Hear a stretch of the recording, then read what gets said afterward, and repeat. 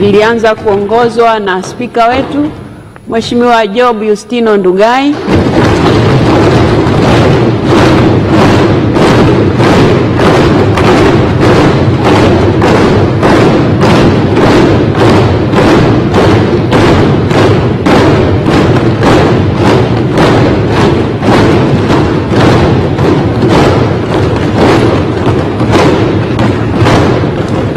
Asanteni sana. Kisha nikapata nafasi mimi ya kumpokea kijiti. Leo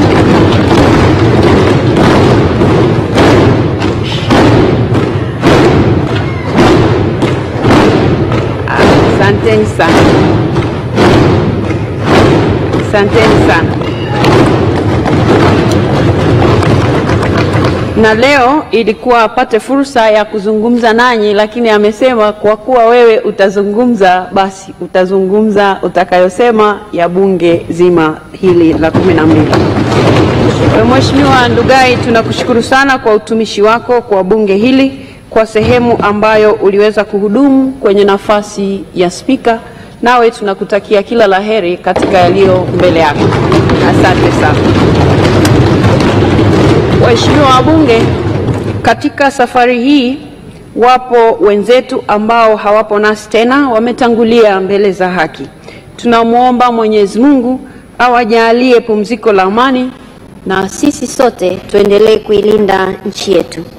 Waheshimiwa wabunge, mnamo tarehe 15 mwezi wa 6 2020 nilipata heshima ya kusimama mbele yenu kama naibu spika nikiwasilisha salamu zangu baada ya kuhitimishwa kwa mjadala wa bajeti kuu ya serikali wa mwaka 2020-2021. Leo hii nimejaliwa fursa nyingine adhimu kabisa kuzungumza nanyi nikiwa spika wa Bunge la Jamhuri ya Muungano wa Tanzania. Naendelea kutoa shukrani za dhati kabisa kwa heshima kubwa mlionipa ya kuwatumikia kama spika kwa takriban miaka 4. Waheshimiwa wabunge, tunaelekea mwisho wa kipindi cha uhai wa bunge la 12. Hiki ni kipindi cha kutazama nyuma na kutafakari mambo mengi tulioyatekeleza kwa pamoja kama bunge na kama wawakilishi wa wananchi katika majimbo yetu, katika mikoa yetu, kwa wale wa viti maalum. Katika kutafakari haya, naomba nianze kwa kutoa salamu maalum kabisa za shukrani za dhati kwa Chama cha Mapinduzi, hususan mwenyekiti wake Dr. Samia Suluhu Hassan, ambaye pia ni rais wa Jamhuri ya Muungano wa Tanzania. Chini ya uongozi wake, chama chetu kiliridhia jina langu liwasilishwe kwa waheshimiwa wabunge ili lipigiwe kura, kufuatia kujiuzulu kwa aliyekuwa spika wa wakati huo ambaye nimetoka kumleta kwenu muda si mrefu, Mheshimiwa Job Yustino Ndugai, mbunge wa Kongwa. Waheshimiwa wabunge, asanteni sana kwa imani kubwa mlionipa. Katika kipindi hiki kimekuwa ni darasa muhimu kwangu katika kukuza ujuzi na maarifa ya kuliongoza bunge letu tukufu kwa weledi. Waheshimiwa wabunge, napenda pia kutoa shukrani zangu za dhati kabisa kwa Mheshimiwa Kassim Majaliwa, Waziri Mkuu wa Jamhuri ya Muungano wa Tanzania, ambaye pia ni kiongozi wa shughuli za serikali bungeni. Kwa ujuzi wake, uzoefu wake na weledi wake, amekuwa ni mtu ambaye ni mwalimu bora, lakini pia amekuwa ni mtu wa msaada sana kwangu kama kiongozi wa shughuli za serikali bungeni. Katika kipindi chote hiki amenipa ushauri, amenipa pia maarifa, lakini pia amenipa msaada wa karibu katika kutekeleza majukumu yangu. Waheshimiwa wabunge, ninamshukuru sana Mheshimiwa Waziri Mkuu. Waheshimiwa wabunge, pia nitumie nafasi hii kumshukuru sana Dr. Doto Mashaka Biteko, Naibu Waziri Mkuu na Waziri wa Nishati. Mheshimiwa Biteko amemwakilisha vizuri sana Mheshimiwa Waziri Mkuu katika majukumu yake na ameyafanya hayo kwa ufanisi kama msaidizi wa Waziri Mkuu hapa bungeni na hata nje ya bunge. na kwa upande wetu sisi kama bunge ametusaidia sana katika utekelezaji wa majukumu yetu na yangu mimi pia kama spika kwa nafasi yake kama mbunge na pia kama sehemu ya viongozi. Aidha, nitumie pia fursa hii kumshukuru sana Mheshimiwa Musa Azan Zungu, mbunge wa Ilala,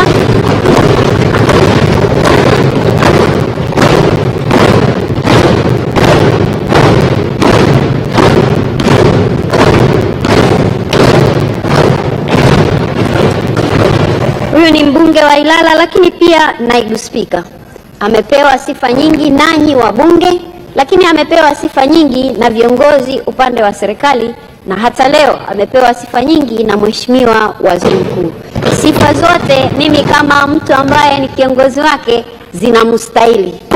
Ni mtu mwenye weledi, ni mtu mwenye ushirikiano mzuri, lakini pia ni mtu anayejishusha. Amefanya kazi nzuri. Mheshimiwa Zungu, ninakushukuru sana. Waheshimiwa wabunge pia hapa wamepata nafasi ya kuzungumza nanyi wenye viti watatu wa bunge. Nao nitumie fursa hii kuwashukuru sana kwa kazi nzuri ambayo wameifanya ya kunisaidia hapa mbele. Wakati mwingine ratiba zinakuwa ngumu sana kupanga na mtu anapigiwa simu muda huo ambao inabidi aingie hapa mbele, lakini wote wameonyesha utayari. Ninawashukuru sana kwa ushirikiano huu. Waheshimiwa wabunge, upo usemi wa lugha yetu adhimu ya Kiswahili usemao kidole kimoja hakivunji chawa. Inaweza kudhaniwa kwamba baada ya kupata fursa ya kuwa naibu spika kwa takriban miaka 6, ningekuwa nimekamilika kwa ujuzi wa kuliongoza bunge letu tukufu. Haikuwa hivyo. Nimeendelea kujifunza na kunufaika sana na weledi, uzoefu na maarifa kutoka kwenu ninyi wabunge wenzangu. Kwa hakika nisingeweza kufanya kazi zangu kwa ufanisi bila ushirikiano mkubwa nilioupata kutoka kwenu. Nilipata ushirikiano wenu kwa ngazi ya mtu mmoja mmoja, ushirikiano wenu kama wajumbe wa kamati mbalimbali ambazo ninaziongoza, lakini ushirikiano wenu pale ambapo bunge lilitakiwa kufanya maamuzi. Ninawashukuru sana sana kwa namna mlivyofanya kazi vizuri. Lakini kwa wabunge wenzangu wa Chama cha Mapinduzi, chama tawala, mmekuwa mstari wa mbele katika kuhakikisha kwamba ushirikiano wenu kwangu kama spika unaleta ufanisi katika kutekeleza majukumu yetu ya pamoja kwa kuzingatia maslahi ya chama chetu na matarajio ya wananchi waliotukabidhi dhamana ya kuwatumikia kupitia bunge hili. Kupitia usimamizi wenu mahiri, tuliweza kuhakikisha kwamba tunaendelea kushikamana, lakini pia tunaendelea kufuatilia utekelezaji wa dira kuu ambayo ni ilani ya Chama cha Mapinduzi. Lakini pia napenda kutumia fursa hii kuwashukuru sana waheshimiwa wabunge ambao mnatoka vyama vingine vya siasa vyenye uwakilishi hapa bunge. Michango yenu mlioitoa, hoja mbadala mlizozitoa, lakini na ushauri mlioutoa umeongeza ubora wa mijadala yetu hapa bungeni. Tulitofautiana kwa hoja na hatimaye tukatoka na matokeo yaliyoonekana bora zaidi na yenye manufaa kwa nchi yetu sisi sote. Kwa hakika, ada ya bunge letu ni kupingana kwa hoja na si kupigana. Ama unaweza sema ni kupingana bila kupigana. Waheshimiwa wabunge, kwa sehemu kubwa ya uhai wa bunge hili, shughuli zetu zimesikika na kuoneshwa mubashara na vyombo vya habari. Wananchi walipata nafasi ya kufuatilia kwa makini yaliyokuwa yakifanyika ndani ya bunge. Wapo walioweza kutoa maoni yao kupitia mitandao ya kijamii, na kwa njia hiyo walitusaidia kufahamu fikra zao na masuala ambayo walitamani yawekwe mbele kwenye ajenda za bunge. Ushiriki wao kupitia njia hiyo uliniimarisha mimi kama spika, lakini pia waheshimiwa wabunge wenzangu, nanyi pia mlitumia hayo katika michango yenu mbalimbali ambayo mliweza kuileta hapa ndani kwa ujumla katika kuendesha shughuli zetu ndani ya bunge hili. Ninawashukuru sana Watanzania wenzangu, ninawashukuru sana wananchi wote kwa michango yenu hiyo ambayo mmeitoa katika nafasi mbalimbali. Sasa nimetaja hapa mitandao ya kijamii, lakini hiyo haikuwa pekee. Mnafahamu kazi zetu hapa nyingi zinahusisha wadau, na ninyi wananchi kama sehemu ya wadau mmekuwa mkijitokeza kwa wingi kabisa kuja kutoa maoni yenu, na sisi tumewapokea, na sisi maoni yenu tumeyafanyia kazi. Kwa hivyo tunawashukuru sana wananchi wote kwa ngazi mbalimbali kwa namna mlivyoshiriki kuliendesha bunge hili.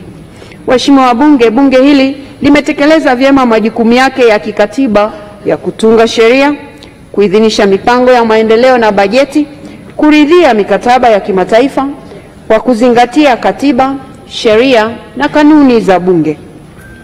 Jumla ya miswada 60 imepitishwa na kuwa sheria. Dira ya Taifa ya Maendeleo ya 2050 ambayo imeletwa mbele yetu leo hapa na waziri wetu wa nchi, Ofisi ya Rais, Mipango na Uwekezaji. Lakini pia tumepata fursa ya kutazama na kupitisha mpango wa 3 wa maendeleo ya taifa wa miaka mitano 2021-2022 mpaka 2025-2026.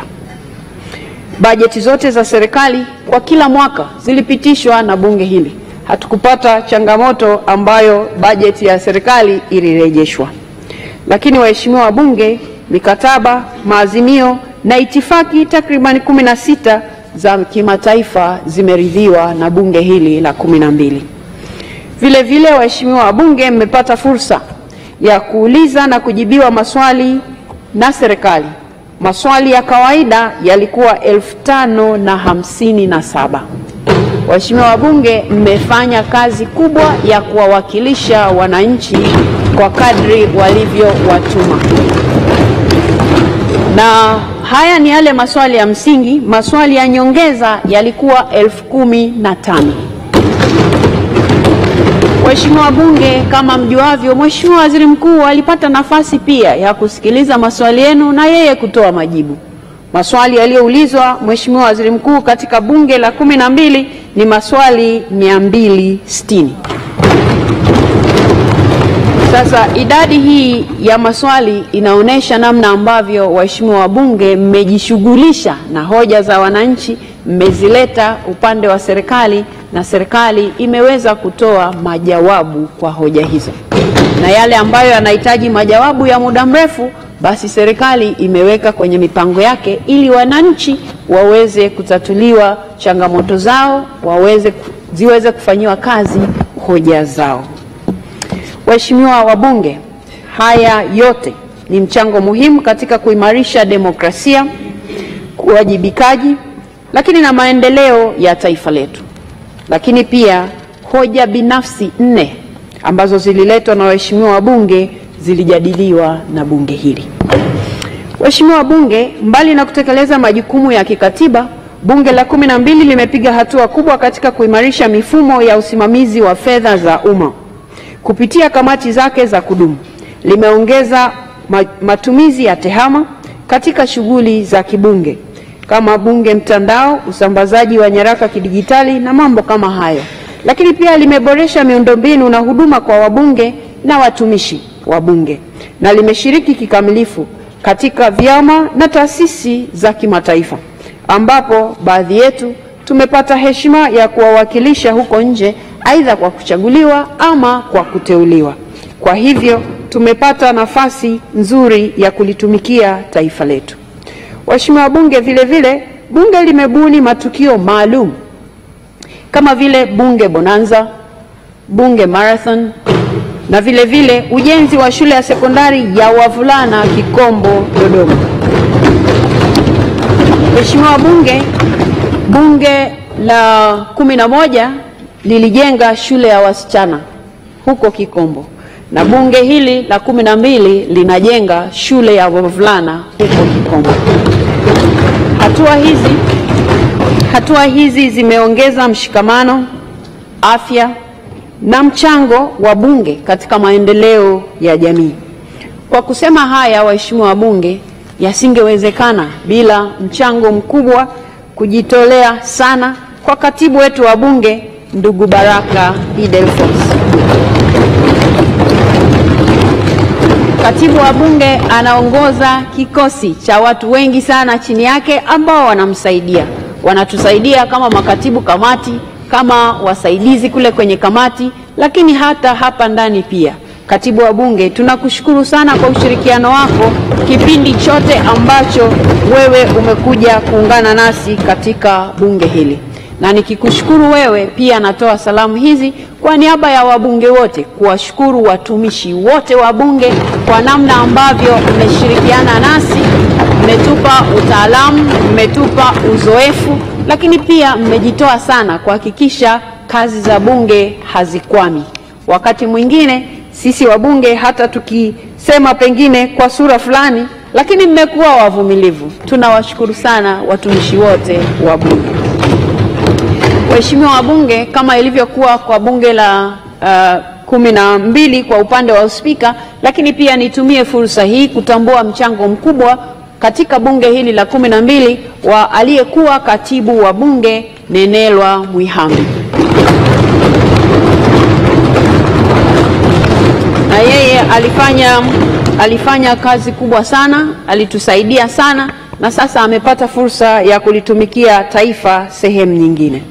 Waheshimiwa wabunge, kama nilivyosema hapo awali, tuko ukingoni mwa bunge la 12.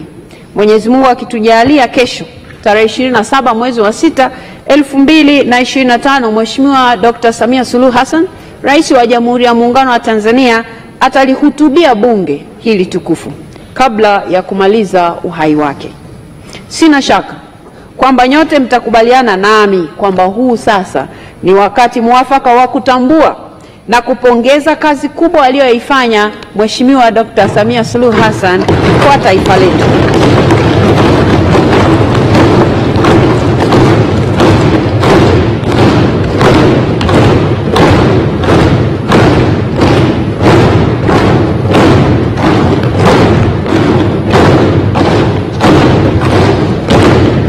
Asanteni sana. Asanteni sana. Na kwa kutambua kazi kubwa ambayo Dr. Samia Suluhu Hassan ameifanya, sitaweza kusema mambo yote aliyoyafanya katika kipindi hiki cha miaka 5, kwa maana ya kwa sababu tunazungumzia uhai wa bunge letu, lakini ninyi ni mashahidi na Mheshimiwa Waziri Mkuu ameshatoa maelezo ya ziada kuhusu tuzo ambayo sisi wabunge katika historia ya nchi hii tulitambua mchango huo wa kipekee kabisa ambao ameutoa kwa taifa letu. Na kwa sababu sitaweza kuorodhesha mambo yote aliyoyafanya, lakini ni muhimu kuyataja baadhi ya mambo ambayo yalitufanya waheshimiwa wabunge tukampa tuzo Mheshimiwa Rais kwa niaba ya wananchi wa taifa hili. Waheshimiwa wabunge, mnafahamu kwamba reli ya SGR kutoka Dar es Salaam, Morogoro mpaka Dodoma ilishakamilika na tumekuwa tukitumia hiyo. Na sasa taarifa nzuri zipo kwamba sasa kutoka Dodoma mpaka Makutopora bado hatua chache tutafikia huko. Kwa hivyo hii ni sehemu tu ya hayo mambo. Lakini juzi hapa ametoka kuzindua daraja la Kigongo Busisi la Dr. John Pombe Joseph Magufuli. Hayo yote yanaonyesha kwamba ilikuwa ni halali kabisa na ilikuwa ni sawa sawa kwa bunge la Jamhuri ya Muungano wa Tanzania kumpa tuzo maalum Dr. Samia Suluhu Hassan. Bwawa la kufua umeme la Mwalimu Nyerere limekamilika. Ujenzi wa hospitali za rufaa za mikoa, waheshimiwa wabunge wengine hasa wa kanda ya Ziwa ametoka huko na amezindua hospitali. Lakini pia tumeona namna ambavyo juhudi zake hizi zimesababisha kupungua kwa vifo vya mama na mtoto, hata imepelekea kupewa tuzo ambayo imetolewa maelezo hapa na Mheshimiwa Waziri Mkuu. Amefanya kazi katika sekta nyingi, lakini kipekee sekta ya maji amemtua ndoo mama kichwani. Bado yako baadhi ya maeneo ambayo anaendelea kuyafanyia kazi, lakini lazima tutambue kwamba asilimia ya upatikanaji wa maji safi na salama imekuwa kubwa vijijini, lakini pia mijini.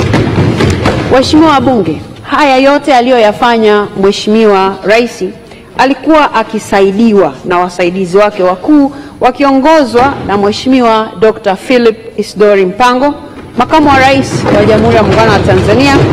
Lakini hapa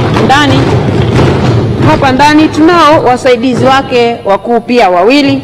Yupo Mheshimiwa Kassim Majaliwa, Waziri Mkuu, lakini pia yupo Mheshimiwa Dr. Doto Mashaka Biteko, Naibu Waziri Mkuu na Waziri wa Nishati. Waheshimiwa wabunge, pamoja na kwamba sisi sote ni mashahidi wa mambo makubwa yaliyofanyika katika sekta kadhaa. Tumeona mambo makubwa yakifanyika kwenye eneo la elimu, eneo la afya, eneo la ujenzi, eneo la madini, eneo la kilimo, mifugo, uvuvi, biashara na viwanda. Lakini sasa hili la nishati ni maalum kidogo, kwa sababu nishati, sisi kama wawakilishi wa wananchi tumeona umeme ukifika kule kwenye vijiji, tumeona umeme ukifika kwenye mitaa. Lakini sasa pia hili eneo la nishati, kuna hili ambalo limemletea Mheshimiwa Rais sifa kubwa sana, lakini na sisi kama taifa limetuletea sifa kubwa sana. Dr. Samia Suluhu Hassan ni kinara wa nishati safi ya kupikia.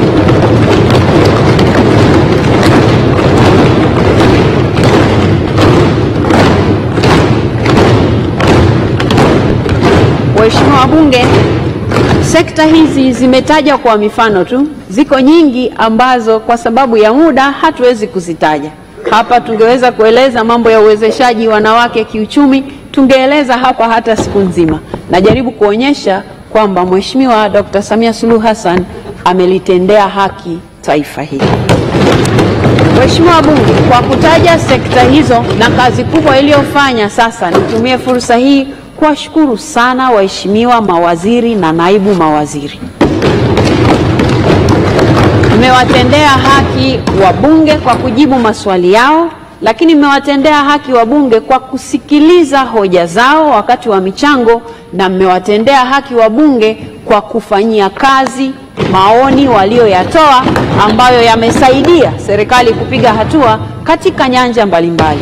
Waheshimiwa mawaziri, asanteni sana kwa nafasi hizo ambazo mmezitumikia vyema kabisa, kila mmoja kwenye sekta yake. Tunawashukuru kwa sababu utumishi mliokuwa mlikuwa mnaufanya kwetu sisi kama wabunge, lakini sisi kama wawakilishi wa wananchi. Na tumewaona huko mkienda ziara, mnakuja kwenye majimbo yetu. Tunawashukuru sana, asanteni sana. Na kwa kutambua kwamba liko tangazo la mmoja atakaye staafu, wengine sijapata taarifa kwamba nani anakusudia kustaafu, nitumie fursa hii kuwatakia kila laheri kule ambako mnaenda pia ninyi kugombea. Mwenyezi Mungu awatangulie na inshallah mfanye vizuri. Waheshimiwa wabunge, mnafahamu dhahiri wakitajwa mawaziri na naibu mawaziri, wako watendaji ambao wanafanya kazi nzuri chini yao kama wataalamu. Nitumie fursa hii kuwashukuru watendaji wote kwenye wizara zote kwa namna walivyotoa ushirikiano mkubwa kwa shughuli za bunge. Wakati mwingine maswali yanakuwa magumu sana, hoja zinakuwa za moto sana, lakini wamekuwa wavumilivu na wamekuwa wasikivu pia katika kuhakikisha tunapiga hatua, sisi kama wawakilishi wa wananchi, lakini sisi kama taifa. Tunawashukuru sana. Sasa tunafahamu katika hawa wataalamu wako wapanga mipango na wako watafuta fedha. Basi nitumie fursa hii kuwashukuru sana wapanga mipango na kuwatakia kila laheri katika mipango mnayoendelea kuipanga sasa, kwa sababu dira ya 2050 imeshafikishwa hapa bungeni. Tunaamini kwamba dira hii italipeleka taifa letu mbele, na wale waliokasimiwa kazi ya kupanga basi watupangie vizuri sana nchi yetu iweze kupiga hatua. Na kwa wale ambao wanayo kazi ya kutafuta fedha, basi nanyi tunawatakia heri huko. Kwa kweli tunamwomba Mungu aendelee kufungua milango, fedha ziendelee kuja nyingi ili mipango inayopangwa iweze kutekelezeka. Tunawashukuru sana sana, asanteni sana. Waheshimiwa wabunge, baada ya sote kukaa pamoja kama wabunge, tumejenga udugu na urafiki. tumejihisi kama wanachama wa klabu moja, na kwa sababu Yanga wametoka kushinda jana, basi inawezekana kila mmoja akajisikia kama Yanga hivi. Lakini tathmini ya mara kwa mara inasema kwamba baada ya kila bunge kumaliza uhai wake, wanaofanikiwa kurejea katika bunge jipya ni kama 50% hivi. Hali hii yaweza kutupa unyonge, tukajiona tunaagana baada ya kama vile mahafali hivi, kama ingekuwa shuleni. Lakini mimi nina matumaini makubwa kwamba wengi wetu tutarejea tena bungeni.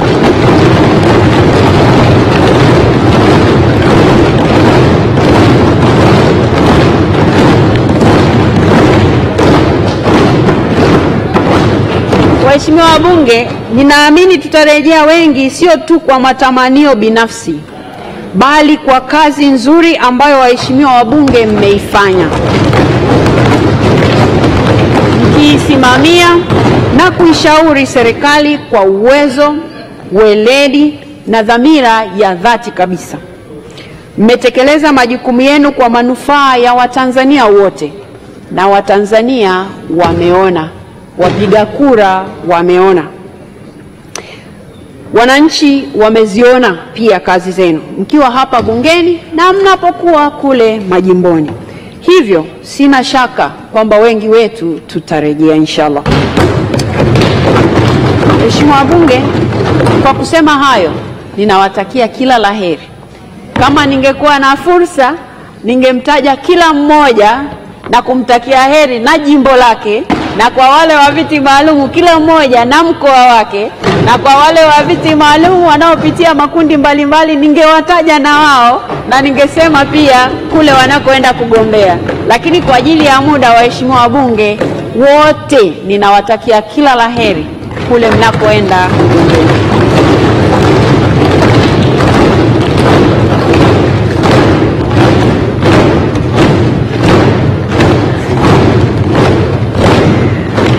Asante sana. Waheshimiwa wabunge, kwa namna ya kipekee nimshukuru Rais wa Jamhuri ya Muungano wa Tanzania Dr. Samia Suluhu Hassan kwa uongozi wake shupavu na mahiri na wenye dira.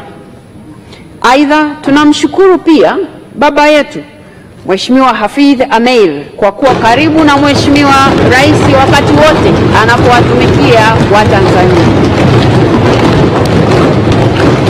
Waheshimiwa wabunge, tunapoelekea kwenye mbio za uchaguzi, tunawaombea Mheshimiwa Rais Dr. Samia Suluhu Hassan, lakini pia mgombea mwenza Mheshimiwa Balozi Dr. Emmanuel Nchimbi. Tunawaombea afya njema, nguvu na maarifa. Tunaahidi kuendelea kushirikiana kuhakikisha kwamba wanapata ushindi mnono, ushindi wa heshima. Lakini sasa ushindi huu tutahakikisha wanashinda wao, lakini na chama chetu pia. Pia nitumie fursa hii kumshukuru Mheshimiwa Makamu wa Rais Dr. Philip Isdori Mpango kwa utumishi wake uliotukuka kwa nchi yetu. Tunamtakia yeye na Mheshimiwa Mama Mboni Mpaye Mpango afya njema na maisha ya utulivu watakapofikia hatua ya kustaafu katika siku zijazo. Waheshimiwa wabunge, itakumbukwa kwamba kwa mara ya kwanza niliingia katika bunge hili tukufu kama mbunge wa kuteuliwa na aliyekuwa rais wa wakati huo Dr. John Pombe Joseph Magufuli. Katika kipindi cha pili, wananchi wa Mbeya mjini walinipa heshima ya kuwa mbunge wao.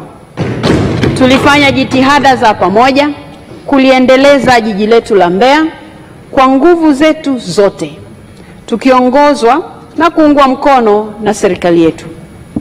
Kwa nafasi yangu kama spika, sikuwa na uwezo wa kuiuliza serikali maswali ama kusimama kwenye kiti changu na kutoa mchango wa moja kwa moja.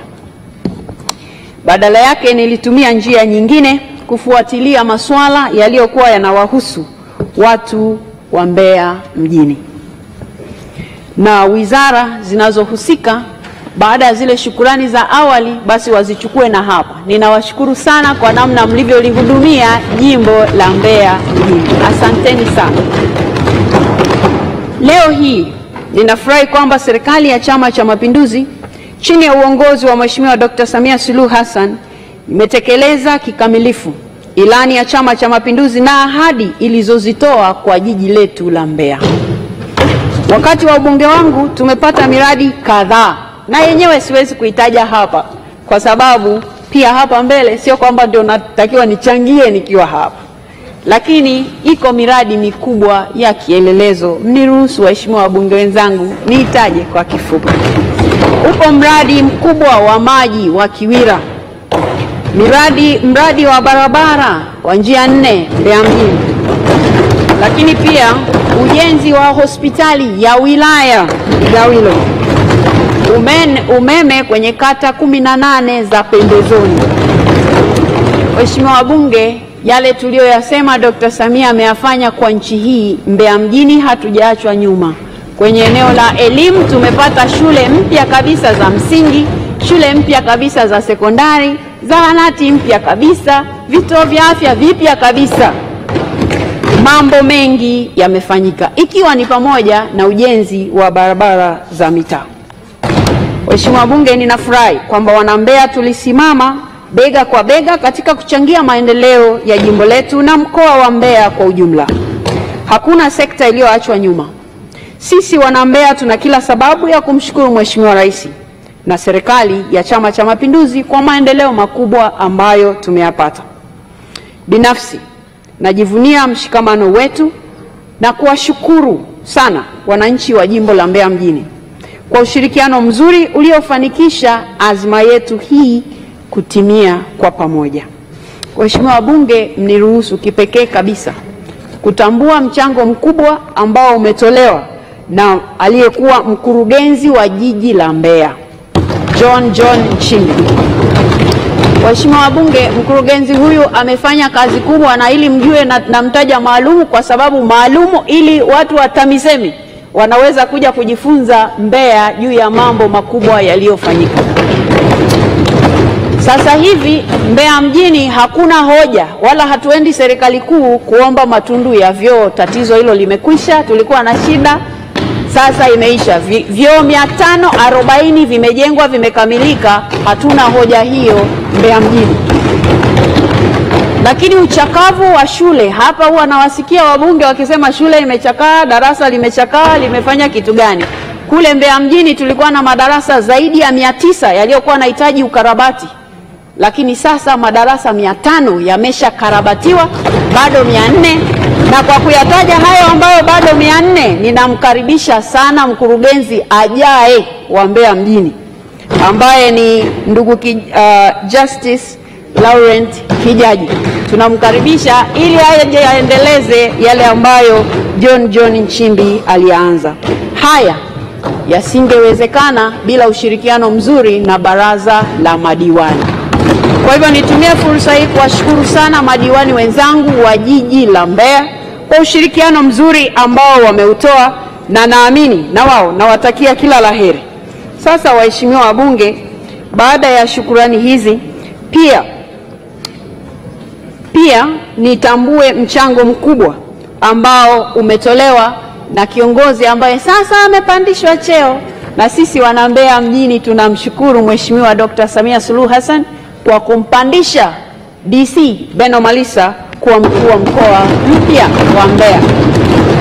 Sasa kwa sababu sina uwezo wa kutaja kila mmoja aliyeshiriki katika maendeleo hayo, viongozi wote wa mkoa wa Mbeya wajue ninawashukuru, wakiongozwa na mkuu wa mkoa anayeondoka sasa Mbeya, ndugu Juma Homera.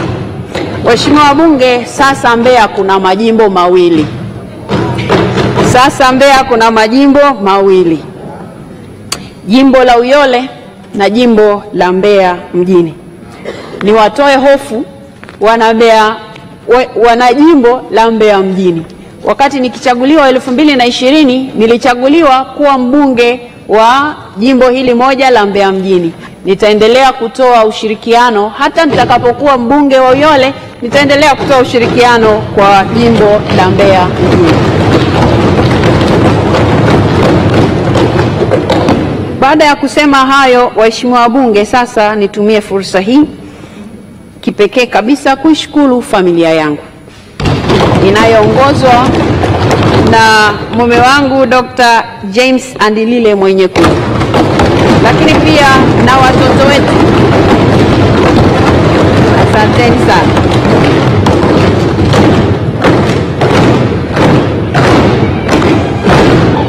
Asanteni sana.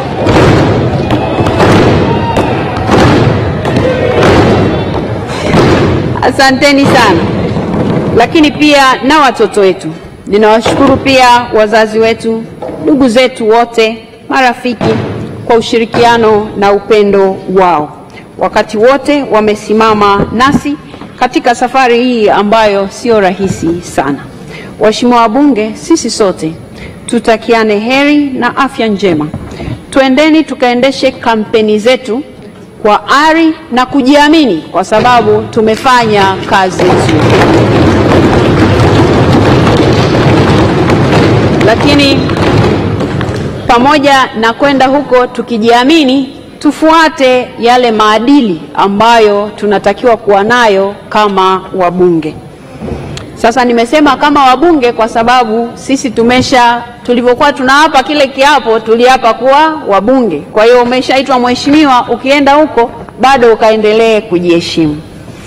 Waheshimiwa wabunge wale wa Chama cha Mapinduzi, basi tukakipiganie Chama cha Mapinduzi kwa moyo wa dhati.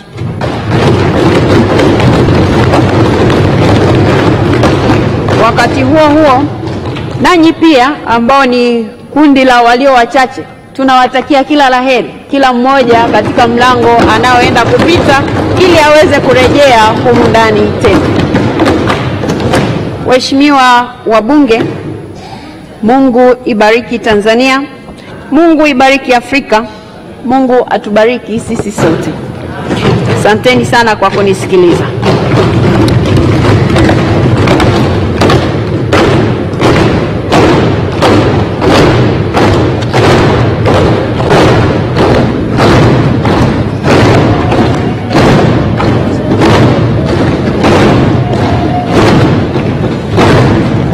Asanteni sana.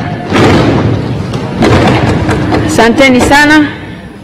Waheshimiwa wabunge, si utaratibu wetu wa kawaida, lakini leo tumewaandalia jambo zuri. Tunaamini mtafurahi. Sasa tuikaribishe kwaya yetu ituimbie wimbo, kisha tutaendelea na ratiba. Karibuni sana kwaya yetu ya bunge ituimbie wimbo. Sio wimbo wa taifa, waheshimiwa wabunge, sio wimbo wa taifa. Wimbo wa taifa ni kesho. Huu ni wimbo maalum.